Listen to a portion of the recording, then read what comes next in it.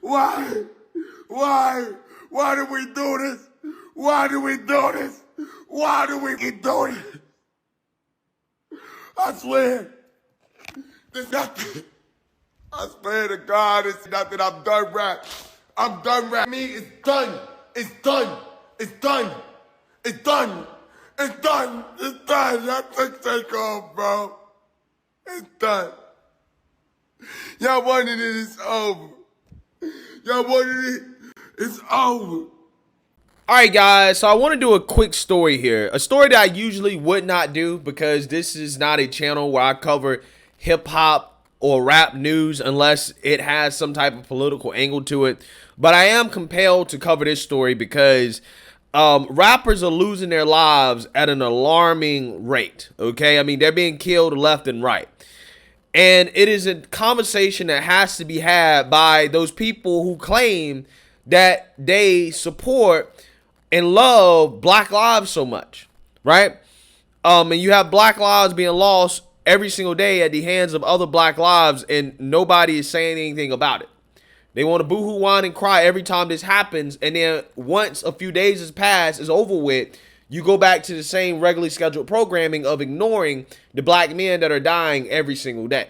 Now, with this story right here, we got to talk about a rapper by the name of Takeoff. Many of you probably are not familiar with him, but he is a member of the rap group Migos, who are like, you know, three guys. They're all family members, and they do mumble rap, okay?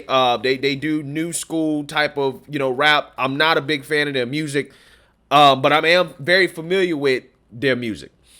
And allegedly, and all this is alleged because this is super early, details just came out, there's a whole lot of rumors out there, but allegedly Takeoff was killed over a game of dice, shot in the head or neck in front of 50 people, including his bandmate Quavo, outside a bowling alley in Houston. So allegedly, again, this guy Takeoff, who is a famous rapper, was shot and killed over a game of dice in Houston at a party at 2:30 a.m. in the morning. Now, I want to go ahead and play a news clip of this incident so that you guys can get kind of a better and general understanding of what's going on, and then I'm going to chime in. A pretty big developing story here this morning. TMZ is reporting that Migos rapper Takeoff is one of the people who was shot here in Houston overnight. So this is from the triple shooting overnight that we were telling you about downtown at a very popular bowling alley. Shelby Rose is there right now. Shelby, have you gotten an update from Houston police? Because we're seeing a lot of updates on social media right now.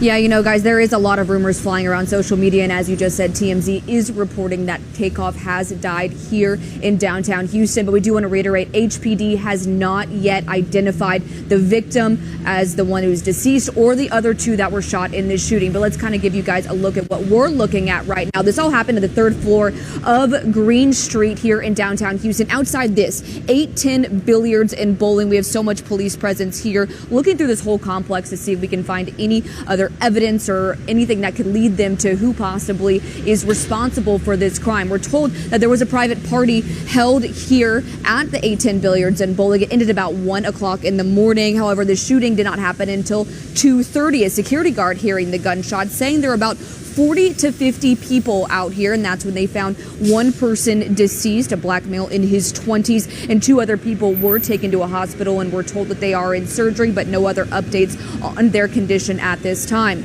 And we do want to reiterate once again, HPD not releasing the name of the victim at this point, and here is a couple reasons why. The one that is here is deceased. He's a Black male in his late 20s. And like I said, we won't release any information on him until we're able to get more information either from the medical examiner's office once they positively identify him from the autopsy, or if a family member or friends or family come forward and give us information.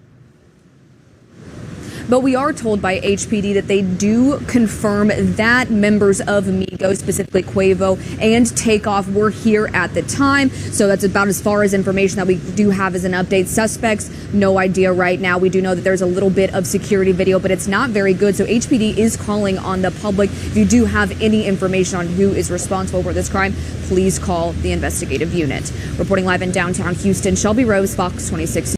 Yeah, so obviously this is a sad, tragic event. Thoughts and prayers go out to Takeoff, his family, the Migos.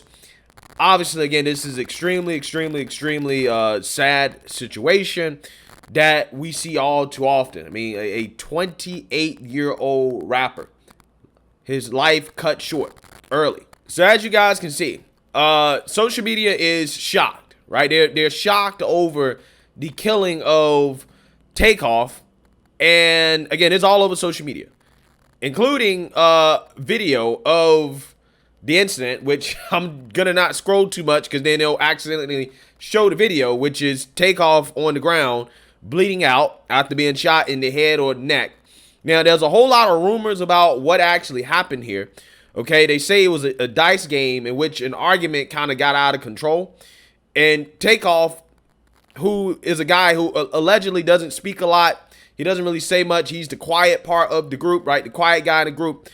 Apparently, he got caught up in an exchange of gunfire. Now, some people are saying that the person that shot him was actually a part of the Migos group, their entourage or whatever. It was an accident. Again, there's plenty of rumors going on out here. I honestly really don't know yet. It's too early to say for sure exactly what happened. But the point of this video is this. When are we going to have a conversation about the culture? Which, ironically, that is the name of an album, probably the most famous album that the Migos have, called The Culture. Right? When do we have a conversation about the culture that is leading to the deaths of young black men? When are we actually really going to have a real conversation about this? Right? The same conversation we have every day about the white man and how the white man is supposed to be the biggest threat to the black community, right? How the white man is so bad, they're the cause of all our problems, right? We talk about that every single day in the media, but I don't hear nothing from the media about the rampant crime that's going on in these inner cities that is taking the lives of young black men. I don't hear nothing about it. In fact, if you talk about it, you're racist. If you say anything about it, it's racist. But then these people want to go and boo-hoo, whine, and cry every time a rapper dies at the hands of the so-called culture that they love and praise so much that they don't want to talk about. They don't want to talk about the problems with the culture, right? Like people like Jamel Hill, who's the #1 race hustler, right? Who's soul sister race hustler #1. She says, quote, "I was in college when Biggie and Pac were killed and thought there was no way we'd ever experience anything remotely close to that again. Now it's happening so frequently that you barely have time to recover before someone else killed. Rest in peace, Takeoff." Really, Jamel? You didn't think that this would happen again? You didn't think that a culture, a genre of music that promotes killing and slaughtering black men as some type of, celebration, as a good thing, you didn't think that that would lead to black men being slaughtered in the streets that are influenced by this music? Oh, you didn't think that that would happen again. You didn't think that that would actually be a thing. I don't know why. I don't know why. Nobody should be surprised by this stuff. I'm not surprised. I saw it this morning. I said, well, I mean, I feel bad for the family. Thoughts and prayers go out to them. But at the same time, it's like, what can I say? What can you really say? I mean, this is the type of stuff that we promote. We're cool with this. We ain't got a problem with this.